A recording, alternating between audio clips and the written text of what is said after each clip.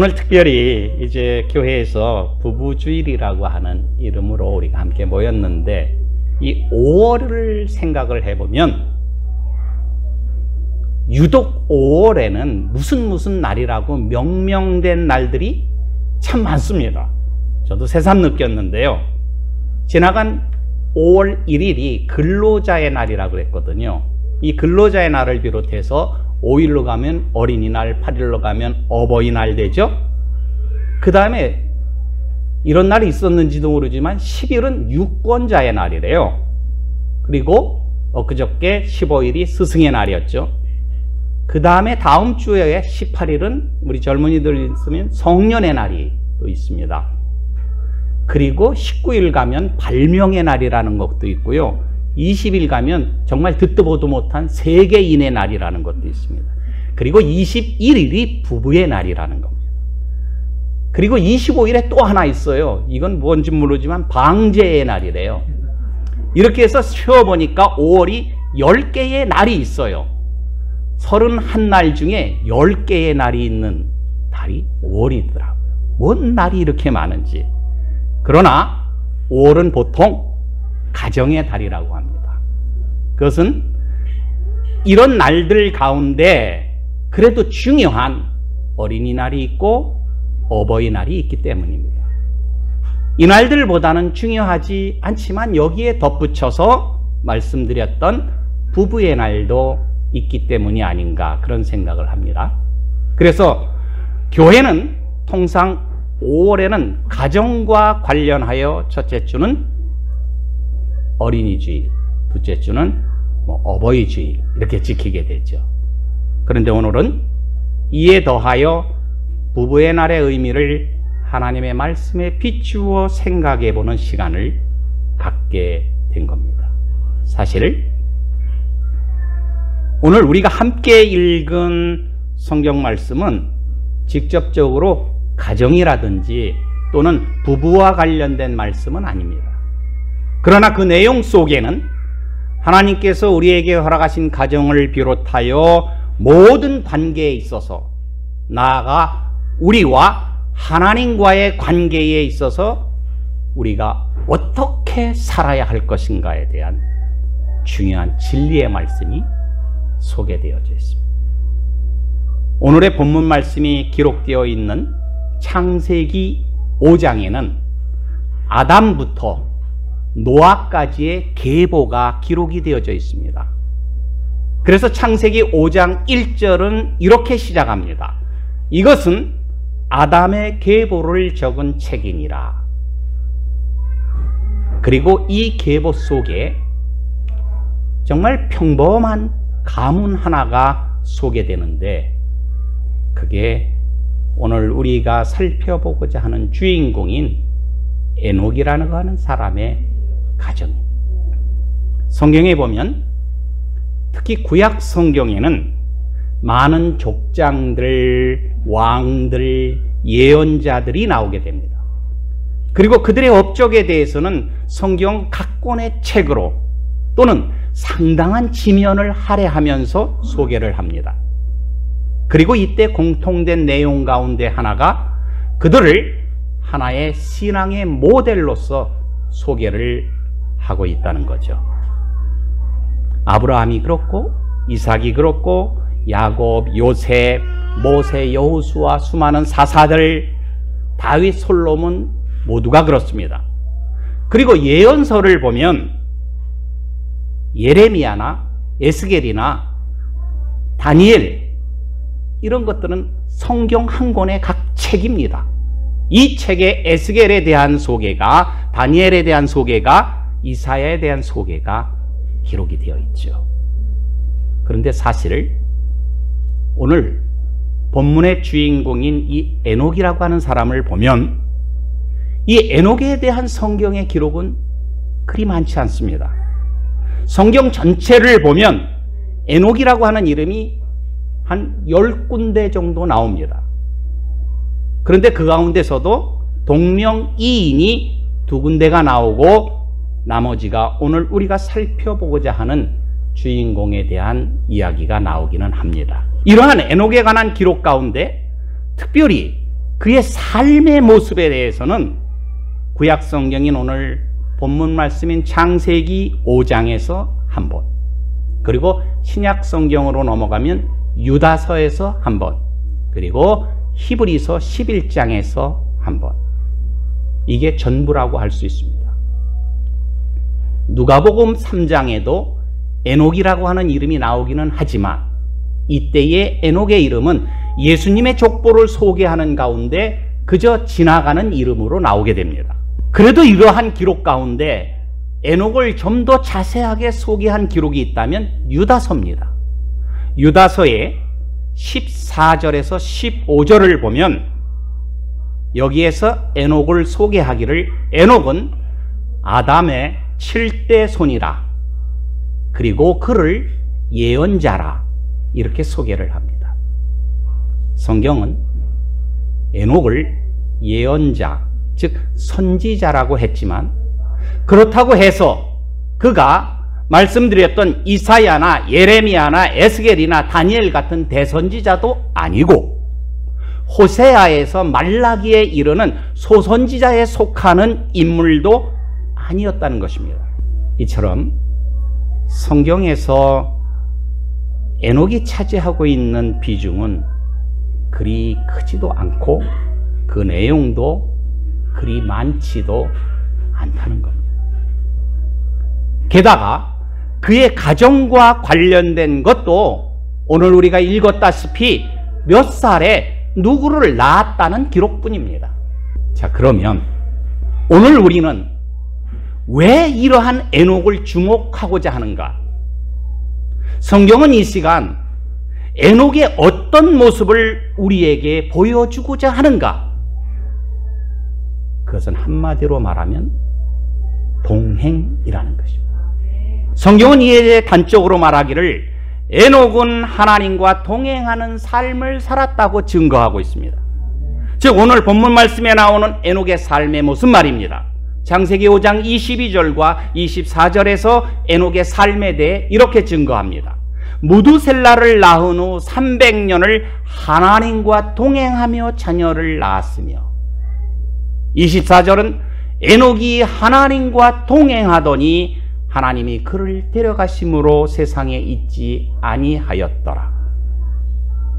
에녹의 삶은 한마디로 말해 하나님과 동행하는 삶이었습니다. 이처럼 성경이 에녹을 통해 우리에게 보여주시고자 하는 메시지는 하나님과 동행하는 삶이라는 것입니다. 따라서 이 시간 우리는 성경의 증거처럼 하나님과 동행하며 하나님과 동행하더니 라는 이 말씀, 즉 하나님과 에녹의 관계 속에 나타난 에녹의 삶의 내용에 대해서 주목을 해보고자 하는 것입니다. 이를 위해 우리는 창세기 5장과 히브리서 11장 그리고 유다서 14절과 15절에 나오는 말씀을 중심으로 에녹의 삶의 모습 속에서 우리의 가정, 그 가운데 우리 부부들의 모습, 나아가서는 우리와 모든 이들과의 관계, 그리고 궁극적으로는 나와 하나님과의 관계에 대해서 살펴보고자 하는 것입니다. 여러분, 우리 인생 속에서 중요한 사건이 있다면 그것은 만남과 동행이라고 하는 사건일 것입니다. 바로 이 두 가지 사건 속에 인생의 모든 것이 들어있다고 할 수 있습니다. 그래서 만났다가 헤어지기도 하고 함께 했다가 떠나가기도 하는 것이 인생입니다. 동행을 하기 위해서는 먼저 만남이 전제돼야 된다는 것입니다. 그런데 이러한 관계 속에서 동행의 전제가 되는 만남도 중요하지요. 누구를 어떻게 만나느냐도 중요하고 어떤 사람을 만나느냐도 중요할 것입니다. 그러나 어떻게 생각해 보면 만남의 과정인 동행이 더 중요하다고 저는 생각이 되어집니다. 왜냐하면 비록 우리의 만남 속에서는 조금 부족한 만남이라고 할지라도 그 부족함은 서로 동행하면서 채울 수가 있기 때문입니다. 우리들 가정을 봐도 그렇고 사람들 살아가는 모습을 봐도 그렇지 않습니까? 서로 조금은 부족한 사람들이 만났지만은 함께 살아가면서 동행하면서 지금 정말 아름다운 가정, 행복한 가정들을 이루고 살아가는 사람들을 우리는 많이 보게 됩니다. 그런데 여러분, 이 동행이라고 하는 것은 인생의 길에서보다 신앙의 영역에서 더 중요한 사건이 된다는 것입니다. 왜냐하면 신앙생활에 있어서 이 동행은 일시적인 단회적인 사건이 아니라 영원한 사건이 되기 때문입니다. 신앙의 세계에서는 어떤 존재를 만나며 그 존재와 어떠한 관계를 맺으며 동행하느냐에 따라서 영원한 세계에서의 삶이 결정이 됩니다. 그래서 삶과 죽음의 문제, 즉 사느냐 죽느냐의 문제가 여기에서 비롯되고 결국은 영생과 영벌의 문제가 이 동행의 사건과 직결이 되기 때문에 그렇습니다. 이런 의미에서 이 동행이라고 하는 것은 우리 인생에서도 중요하지만 신앙의 세계에 있어서는 더더욱 중요한 사건이 된다고 하는 것입니다. 그런데 우리가 인생의 길이든 신앙의 길이든 동행을 하고자 한다면 동행이라고 하는 것은 삶이니까 이 삶 속에는 일련의 필요한 요소들이 있다고 할 수 있습니다. 물론 여러 가지가 있을 수 있겠지만은 인생이든 신앙이든 어떤 목적을 가지고 동행을 한다고 할 때에 그 동행을 가능하게 하는 내용이 있어야 된다는 것입니다. 그리고 이때 그 내용은 대략 우리가 세 가지로 생각을 해볼 수도 있지 않을까 그렇게 생각을 합니다. 그 가운데 먼저 첫 번째로 생각해 볼 것이 동행을 하고자 한다면 뜻에 조화가 있어야 합니다. 서로 동행을 하고자 한다고 하면서 뜻의 조화를 이루지 못하면 목적지까지 함께 갈 수가 없는 것입니다. 우리는 지금까지 우리의 인생을 살아오면서 수많은 사람들과 만났습니다. 그리고 그들과 함께 살아오기를 원했으며 동행하는 삶을 살기를 원했습니다. 그런데 그 모든 관계 속에 있던 사람들이 지금까지 나와 동행의 삶을 살지 못한 이유가 어디에 있을까? 라고 생각을 해보면 대부분 뜻에 부조화가 있었기 때문이라고 말할 수 있을 것입니다. 한마디로 말해서 마음이 안 맞았다는 거예요. 마음이 서로 다른데 같은 목적지를 향해서 갈 수는 없다는 것입니다. 그래서 성경이 아모스 3장 3절에 보면 두 사람이 뜻이 같지 않은데 어찌 동행하겠으며 이런 말씀이 있습니다. 그렇습니다. 우리가 누군가와 동행을 하고자 한다면 무엇보다 같은 마음, 같은 뜻을 가져야 할 것입니다. 그럴 때 동행의 삶은 계속 이어질 수 있습니다. 우리는 부부 일심동체라는 말을 알고 있습니다. 부부 사이도 이 말대로 될 때 아름다운 동행의 삶이 이어질 수 있다는 것입니다. 이처럼 동행의 삶을 위해서는 무엇보다도 뜻의 조화가 있어야 합니다. 둘째로는 도덕적 성품의 일치가 있어야 합니다. 동행이 진정한 의미를 갖기 위한 삶의 또 한 가지 내용이 있다면 그것은 도덕적 성품의 일치입니다. 예컨대 부부가 일평생을 함께 하면서 취미 같은 것은 서로 달라도 사는데 지장 없습니다. 오히려 어떤 의미에서 보면 서로 취미가 다를 때에 삶의 활기가 될 수도 있습니다. 그러나 도덕적인 성품은 결코 달라서는 안 된다는 것입니다.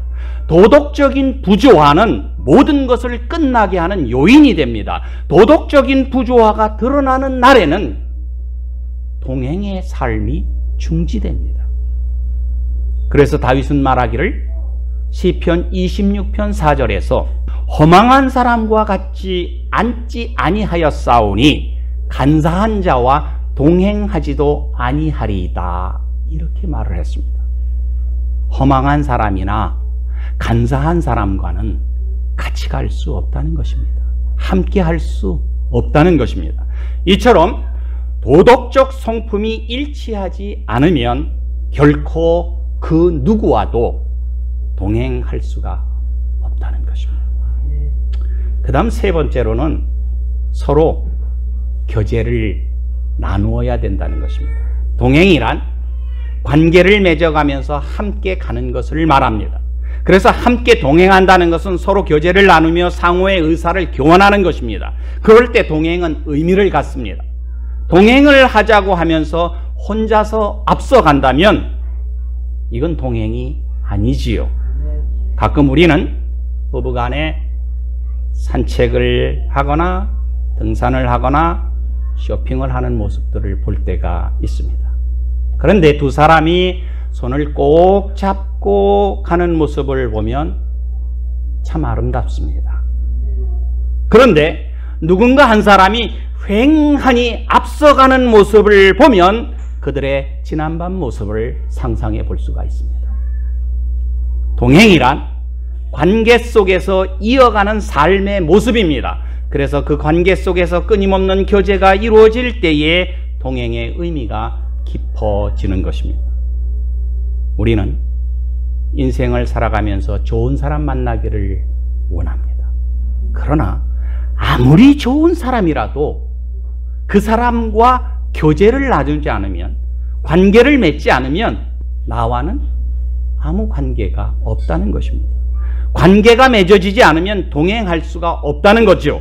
그러므로 동행은 그 좋은 사람과 서로 교제가 이어질 때에 진정한 의미가 드러나게 된다는 것입니다. 그래서 잠언 13장 20절에서 지혜로운 자와 동행하면 지혜를 얻고 미련한 자와 사귀면 해를 받느니라 그랬습니다. 이처럼 우리가 누군가와 동행한다고 할 때 여기에는 뜻의 조화와 도덕적 성품의 일치와 서로 교제를 나누는 삶의 내용이 있어야 한다는 것입니다. 이럴 때 동행의 의미도 지속적인 삶도 가능해지는 것입니다. 그런데 오늘 본문 말씀의 주인공인 에녹은 이러한 삶을 살았을 뿐만 아니라 나아가 이러한 삶을 뛰어넘는 그 무엇의 삶의 모습이 에녹에게 있었다는 겁니다. 그래서 그 무엇에 의해서 에녹은 하나님과 동행하는 삶을 살 수가 있었습니다. 성경의 기록에 의하면 당시에는 사람들의 수명이 대단히 길었습니다. 인류의 시조인 아담은 930세를 살았습니다. 에녹의 아버지 야렛이라는 사람은 962세를 살았습니다. 오늘 본문에 나오는 에녹의 아들 무두셀라는 969세를 살았습니다. 그래서 성경의 기록 가운데 가장 오래 산 인물로 기록이 되어지기도 했습니다. 이에 비해서 에녹은 365세를 살았습니다. 당시의 평균 수명으로 본다면 짧은 인생이었습니다. 자신의 아버지보다도 아들보다도 오히려 그들의 나이에 반도 못 되는 인생을 살았습니다. 그러나 중요한 것은 누가 얼마나 오래 살았느냐가 아니라 어떻게 살았느냐 하는 것입니다. 에녹은 하나님과 동행하는 삶을 살았습니다. 그것도 무려 365세의 인생 속에서 300년 동안이나 그렇게 살았다고 성경은 증거하고 있습니다. 에녹이 하나님과 동행하는 삶을 살았다고 했을 때에 그는 말로만 동행하는 삶을 산 것이 아닙니다. 그는 실제로 그러한 삶의 증거를 나타냈는데 바로 그것이 하나님을 기쁘시게 했다는 것입니다. 하나님을 기쁘시게 하는 삶, 이것이 에녹의 삶의 특징이자 전부였습니다. 그런데 여러분, 우리가 여기서 주목해 봐야 할 것이 있습니다. 그것은 에녹이 어떻게 하나님을 기쁘시게 하는 삶을 살았는가 하는 것입니다. 300년 동안이나 하나님과 동행하면서 하나님을 기쁘시게 하는 삶을 살았다고 그랬는데 어떻게 기쁘시게 하는 삶을 살았느냐? 무엇이 에녹으로 하여금 하나님을 기쁘시게 하는 삶을 살게 하였느냐 하는 것입니다. 다시 말해서 에녹이 하나님을 기쁘시게 하는 삶을 살 수 있었던 그 근거는 무엇 때문이었느냐 그런 것입니다. 그것은 바로 그가 믿음의 사람이었기 때문이라는 것입니다. 이에 대해서는 히브리서 11장 5절에서 이렇게 말씀하고 있습니다. 믿음으로 에녹은 죽음을 보지 않고 옮겨졌으며 그는 옮겨지기 전에 하나님을 기쁘시게 하는 자라 하는 증거를 받았느니라. 우리가 아는 대로 히브리서 11장을 믿음장이라고 합니다. 이 히브리서 11장에는 아벨부터 시작해서 사무엘까지 16명의 믿음의 선진들을 소개하면서 그들의 믿음의 내용을 소개합니다. 그런데 그 가운데 두 번째 인물로서 에녹의 믿음을 소개하는데 그 첫 마디가 믿음으로 에녹은 이렇게 시작합니다. 에녹은 믿음의 사람이었다는 것. 그리고 이어지는 말씀이 그는 하나님을 기쁘시게 하는 자라 하는 증거를 받았느니라 이렇게 말씀하고 있습니다. 이처럼 에녹은 하나님과 동행을 하면서 믿음으로 하나님을 기쁘시게 하는 삶을 살았습니다. 이는 말하자면 믿음이 있어야 하나님을 기쁘시게 하는 삶을 살 수 있다는 것입니다. 그래서 히브리서 11장 6절에서 에녹에 대한 기록 가운데 마지막을 이렇게 성경은 증거합니다. 믿음이 없이는 하나님을 기쁘시게 못하나니 성경은 증거하기를 믿음이 있어야 하나님을 기쁘시게 할 수 있다는 것입니다. 자, 그러면 에녹이 소유한 믿음이 어떤 믿음이었기에 그 믿음으로 하나님을 기쁘시게 하는 삶을 살았는가? 성경은 로마서 10장 17절에서 말하기를 믿음은 들음에서 나며 들음은 그리스도의 말씀으로 말미암느니라 이렇게 증거합니다. 즉 믿음은 하나님의 계시의 말씀으로 말미암는다는 겁니다. 그런데 에녹은 그 믿음의 근거를 바로 이 하나님의 말씀에 가지고 있었습니다. 이에 대해서는 유다서에서 증거합니다. 유다서는 한 장밖에 없어서 바로 절로 들어가는데 유다서 14절에서 15절을 보면 알 수가 있습니다. 여기에 보면 당시의 사람들의 악한 모습을 조목조목 나열하고 있습니다. 에녹은 악이 기승을 부리던 시대를 살았습니다. 에녹은 아담의 7대 손이라고 그랬습니다. 인류의 재원은 아담으로부터 비롯이 되어 두 번째 세대에서는 우리가 아는 대로 형제가 형제를 죽이는 폭력으로 나타났습니다. 창세기 4장입니다. 그리고 4장 마지막으로 가면 이 세 번째 세대 사람들부터 비로소 하나님의 이름을 불렀다고 했습니다.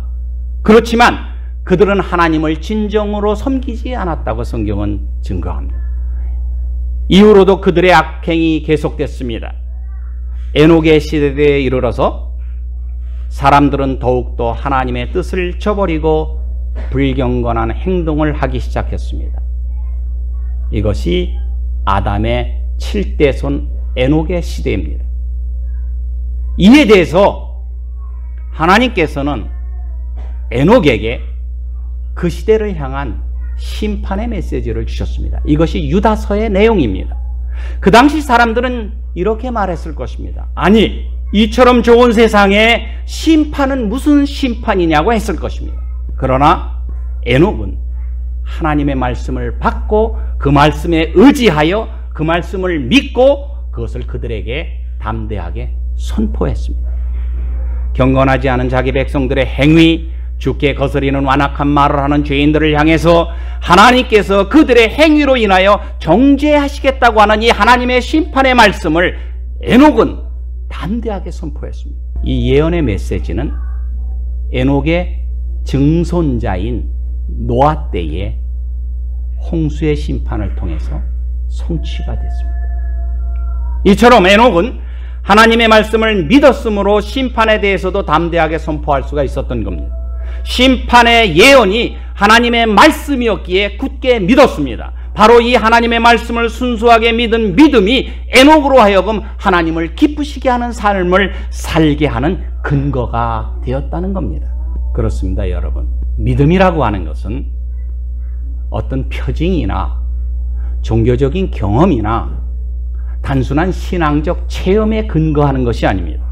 믿음은 계시의 말씀으로 주신 이 하나님의 말씀에 근거하는 믿음이라야 그 믿음이 진정한 믿음입니다. 에녹은 바로 이 하나님의 계시의 말씀을 자신의 믿음의 근거로 삼았던 것입니다. 그러므로 우리가 진정으로 하나님과 동행하는 삶을 살고자 한다면 우리의 삶의 정황 속에서 무엇을 하든지 하나님을 기쁘시게 하는 삶을 살아야 합니다. 그리고 하나님을 기쁘시게 하는 삶을 살기 위해서는 하나님의 말씀에 근거한 믿음 안에 거해야 되는 것입니다. 믿음이 있어야 하나님을 기쁘시게 하는 삶을 살 수가 있으며 하나님을 기쁘시게 하는 삶을 살아야 하나님과 동행할 수가 있는 것입니다. 사랑하는 여러분, 이 에녹이라고 하는 이름에는 순종하는 자, 따르는 자 이런 뜻이 있습니다. 에녹은 그 이름에 걸맞게 300년 동안이나 하나님께 순종하며 하나님을 따르며 하나님과 동행하는 삶을 살았습니다. 가롯 유다는 단 3년도 예수님과 동행을 하지 못했는데 에녹은 무려 300년 동안이나 하나님과 동행하는 삶을 살았습니다. 그것도 하나님을 기쁘시게 하면서 말입니다. 여러분, 우리가 살아가는 이 땅에서의 삶도 그렇습니다. 특별히 오늘 부부주의를 맞이해서 부부의 관계에 대해서 생각해 볼 때에 우리가 부부로 인연을 맺고 한평생을 살아가게 되는데 가장 아름다운 삶의 모습이 어떤 모습일까요? 동행하는 것입니다. 서로를 믿고 신뢰하면서 서로를 기쁘게 해주며 동행하는 것입니다. 요즘 TV를 제가 자주 봐요. 시간이 많아서요. 좋아해요, TV. 그동안 TV를 못 봤거든요. 근데 볼 게 참 많아요. 이 채널이 얼마나 많은지 그 채널 구경만 해도 얼마나 시간이 많은 거예요. 근데 요즘은 TV만 켰다 하면 트로트가 나와요. 한때 미스터 트롯을 정말 열심히 봤습니다. 그게 심야야 했는데도 열심히 봤어요. 여러분도 좋아하시죠? 그런데 그걸 보는 중에 그 경연할 때에 어떤 친구가 나와서 어느 60대 부부의 노부부의 이야기라는 그런 노래를 하더라고요. 이야, 난 처음 들었어요, 그 노래. 가슴이 절절하니 막 감동이 밀려오는 거예요. 이거 교회 말로 하면 막 은혜가 오는 것 같은 거예요. 이제 세상적으로 감동이 오는 거예요. 그 가사도 막 그냥 가슴에 탁 와닿고 그렇게 잘 부를 수가 없어요. 근데 그 친구 1등 했다고만서도 내가 그거 부를 때 1등 할 줄 알았어, 아이가. 네. 근데 그 친구를 또 그 노래를 다른 방송에서는 또 다른 사람이 한번 부르는 걸 들었는데 그런 감동이 안 와요. 원작자보다 더 잘 부르는 것 같아요, 이 사람이. 우리 인생은 어차피 그 노래 가사처럼 세월은 그렇게 흘러 여기까지 왔는데 인생은 그렇게 흘러 황혼에 기우는데 다시 못 올 그 먼 길을 어찌 혼자 가려 하오. 여기 날 홀로 두고 여보 왜 한마디 말이 없소 라고 할 날이 온다는 것입니다. 아무리 부부가 백년 해로를 약속하고 검은 머리가 파뿌리가 되도록 잘 살자고 약속을 했어도 여기 날 홀로 두고 여보 왜 한마디 말이 없소? 라고 할 날이 온다는 것입니다. 그러나 우리가 그때까지 함께 아름답게 동행하다가 이 노래 마지막 노랫말처럼 여보 안녕히 잘 가시게 라고 할 수 있다면 행복한 삶 아니겠는가 라는 생각을 해보기도 합니다. 세상에서는 이렇게 사는 것을 행복하다고 할 수 있습니다. 그런데 여러분, 우리는 그리스도인입니다. 우리는 하나님의 사람들입니다.